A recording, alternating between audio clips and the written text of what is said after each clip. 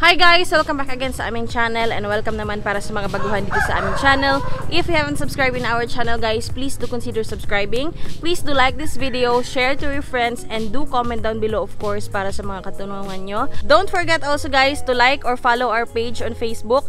Again, dito nyo ako makokontak regarding sa mga prices or availability ng mga sisiw namin dito sa aming yard. So yun nga pala guys, maraming salamat nga pala sa inyong lahat kasi nga guys, 28,000 subscribers na tayo and road to 30,000 subscribers na tayo. And sana within this year is makuha na din talaga natin yung 30,000 subscribers. So maraming salamat again sa inyong lahat sa patuloy na pag-antabay dito sa aming YouTube channel. Siguro nasasanay na rin yung ilan sa inyo dyan na ang tagal-tagal namin bago makapag-upload. Pero ayun guys, tinatry talaga namin yung best namin.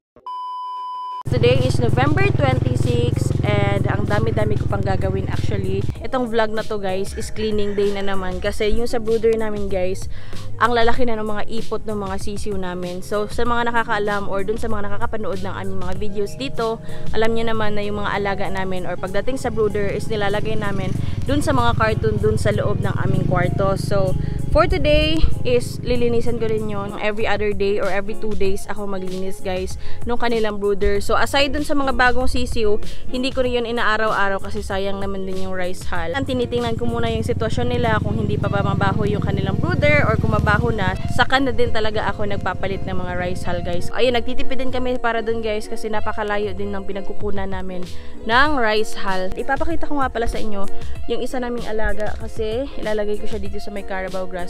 Ayan na sila guys. O, napakadami nila dyan actually and 10 babae siguro ang nandyan tapos isang lalaki lang. And nga pala guys, hindi sila on breeding ha, kaya wag kayong judgmental kasi hindi yan sila on breeding. So pinapalagi lang din muna namin yung lalaki dyan kasi hindi pa talaga siya broadcock guys. Around 6 to 7 months pa siya.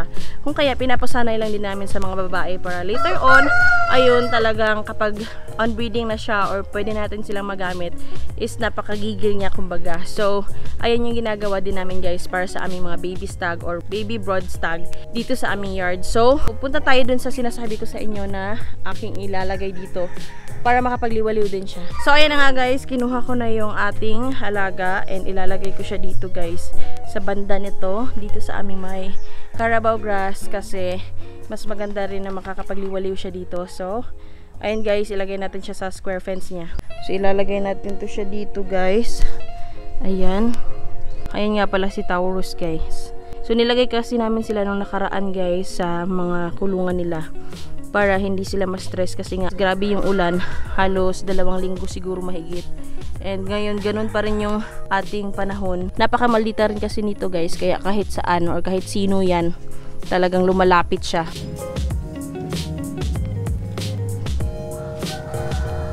So, ito yung sinasabi ko sa inyo guys. Nung nakaraan, dun ako sa kabila. Di ba, kung matatandaan nyo yung magkuha ako ng itlog doon. So, yung dito naman sa kabila banda is eto. Nilagyan ko lang ng yero guys. Para kapag minute guys, hindi sentro sa itlog yung sikat ng araw. So, at least may pang panangga pa rin siya. So, yung nangingitlog doon is eto guys, oh. Ayan siya yung nangingitlog doon. Ayan. Yan din yung i-prepare namin soon dito sa ating bagong nilagay dito na lalaki. So, umalis agad siya nung dumating ako doon.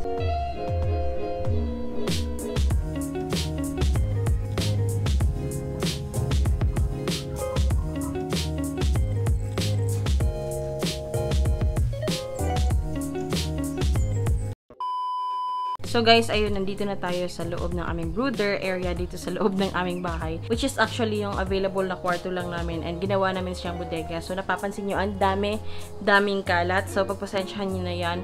Pero ayun guys, nandito yung mga sisiw and ipapakita ko sa inyo yung ilan sa mga sisiw din namin dito. And also guys, maglilinis din nga pala tayo dito sa loob ng kanilang mga cartoon or ng brooder nila. Papakita ko muna sa inyo, 2 lang na sisiw sa ngayon. Ito yung mga anak din ni Goki guys. Sa mga nakakaalala nga pala kay Goki. Ito yung nabili namin ng Paris ata sila nun.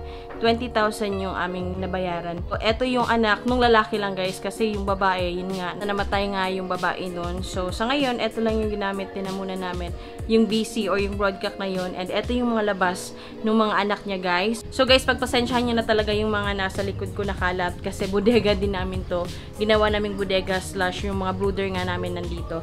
So ito yung sample ng anak niya, guys. Ayan. Actually, ito, nag-month-old siya last 22. So, ito ngayon is nasa 1 month old and 4 days old. Ayan siya, guys. Ayan. Ganyan din kahaba yung kanyang leeg, guys. Oh. Ayan. So, stag ito, guys. Nga pala, stag. And ito yung legs niya, guys. Ayan. Ito nga pala na sisiw, guys, is bound to digos na rin to. So, napadalhan na kami ng GCash for this. And soon, isi-ship na rin namin to. So, ayan yung kanyang itsura, guys. Oh. Ayan, napakamalito rin ito. Susunod naman na ipapakita natin, guys, is yung ating pulet na anak din ni Goki. Anak ni Goki na pulet. Ayan yung kanyang itsura, guys, oh. Ayan po. Napaka-broad din ng beak nito, guys. Ayan po. So, napakamalita rin ito. Ayan siya, guys. Ayan yung ating pulet na anak ni Goki. So, yun, guys, ay mga ilan lang sa mga example ng ating mga sisiw dito sa ngayon. And, other than that, wala na muna akong ipapakita sa inyo. But, ayun, maglilinis na rin tayo para sa ating mga alaga for today. And we'll be right back, guys, kapag natapos na tayo maglinis.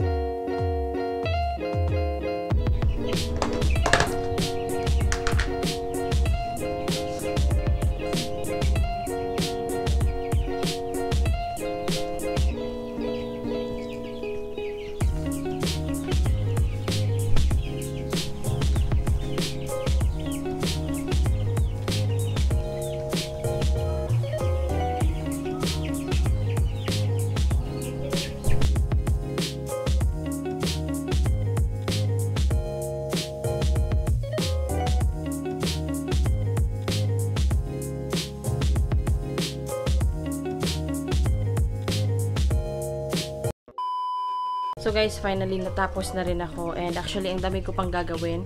Meron pa akong mga ilang sisiw dun guys na kailangan kong ibaba sa carton or lalagyan ko rin ng rice hull. Pero hindi ko na rin yun ipapakita guys kasi medyo mahaba na din talaga yung ating video. Pero sasagutin ko yung isang katanungan sa akin nga pala guys kung bakit Muscovado sugar yung binibigay namin at kung ano ba yung Muscovado sugar para sa ating mga sisiw. O diba guys, ang tagal kong na-realize na nakaangat pala yung video natin or yung camera natin. Alam ko marami sa inyo dyan or marami ding mga alternative na ginagawa yung iba't ibang feeders. But sa aming yard guys, eto nga Muscovado sugar yung aming ginagamit. Nga pala guys, ayan, sa ngayon hahayaan ko na muna yan na ganyan yung itsura ng kanilang ibabaw. Para guys, masanay din muna sila dito sa ating ilaw na color white lang guys. Kasi later on, ibababa rin namin sila dun sa malalaking brooder. Ayan guys, nandito na nga pala si partner. Actually, eto pa yung mga gagawin ko guys. Ayan, ilalagay ko pa yan sa isang lalagyan ulit na carton para lagyan ko na rin ng rice hull. And may mga sisiw yan sa loob guys. Ayan, so nakalagay dyan. Yung ilan dito guys is napisa na, meron ng mga tik-tik and meron na rin atang napisa. May napisa na gang. Ayun guys, oh. Ayun, may sisiw na. So yun guys, ang dami ko pa actually gagawin. And may nakapagtanong din nga pala sa akin dyan sa comment section down below. Hindi niya din siguro nahalata. Pero tinanong niya sa akin kung bakit daw naglalagay kami ng cable tie or yung nilalagay namin sa paa guys. So eto yun guys, yung sinasabi niya kung bakit daw kami naglalagay ng mga cable tie sa paa ng aming mga alaga. Well actually guys, ginagawa namin to or nilalagay namin sa kanilang paa para may palatandaan kami guys. For example, palatandaan ng ating gohan is color black or palatandaan ng ating iba't iba pang bloodline guys is may kulay violet, kulay yellow. So iba-iba kasi yan guys. Meron din kaming listahan guys na nilalagyan talaga ng mga color coding, ng mga dates kung kailan sila napisa.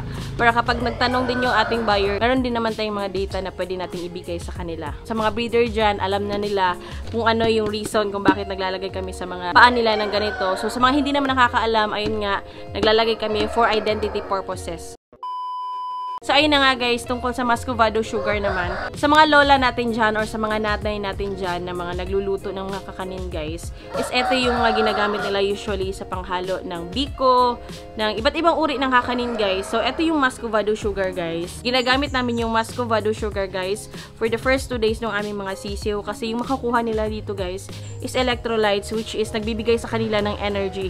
So even nga sa mga tao guys or sa mga babies natin, kapag kumakain sila ng chocolates guys or yung matatamis, ay talagang napaka-energetic naman ng mga bata. May pagkakatulad din yan guys sa Muscovado sugar na binibigay natin sa ating mga sisiw. So agad-agad din niya manunumbalik yung kanilang sigla guys kasi yung sinusubukan na nilang lumabas sa kanilang shell. So nauubos din yung mga energy nila.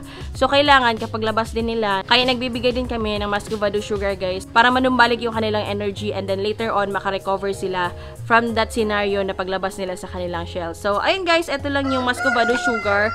So napakita ko naman din ito sa mga nakaraang video ko kung paano namin to ginagawa or tinitimpla.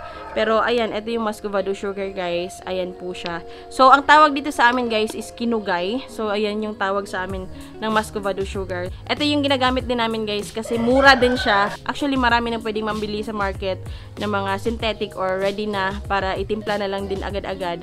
Yung mga electrolytes na mga vitamins nandyan yan sa mga agrivet din. Isa kasi ito sa mga lumang pamamaraan. So nagustuhan naman namin yung turnout. So mula noon, ito na yung ginagamit namin for the first 2 days ng aming mga sisiw.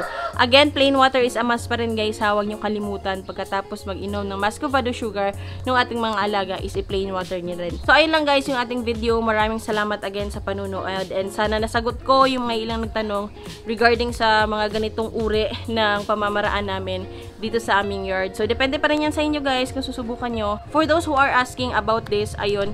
So sana nasagot ko rin sa video to. Maraming salamat guys at marami pa kaming gagawin dito sa aming yard and hindi ko na rin yun isasali kasi napakahaba na nung ating video.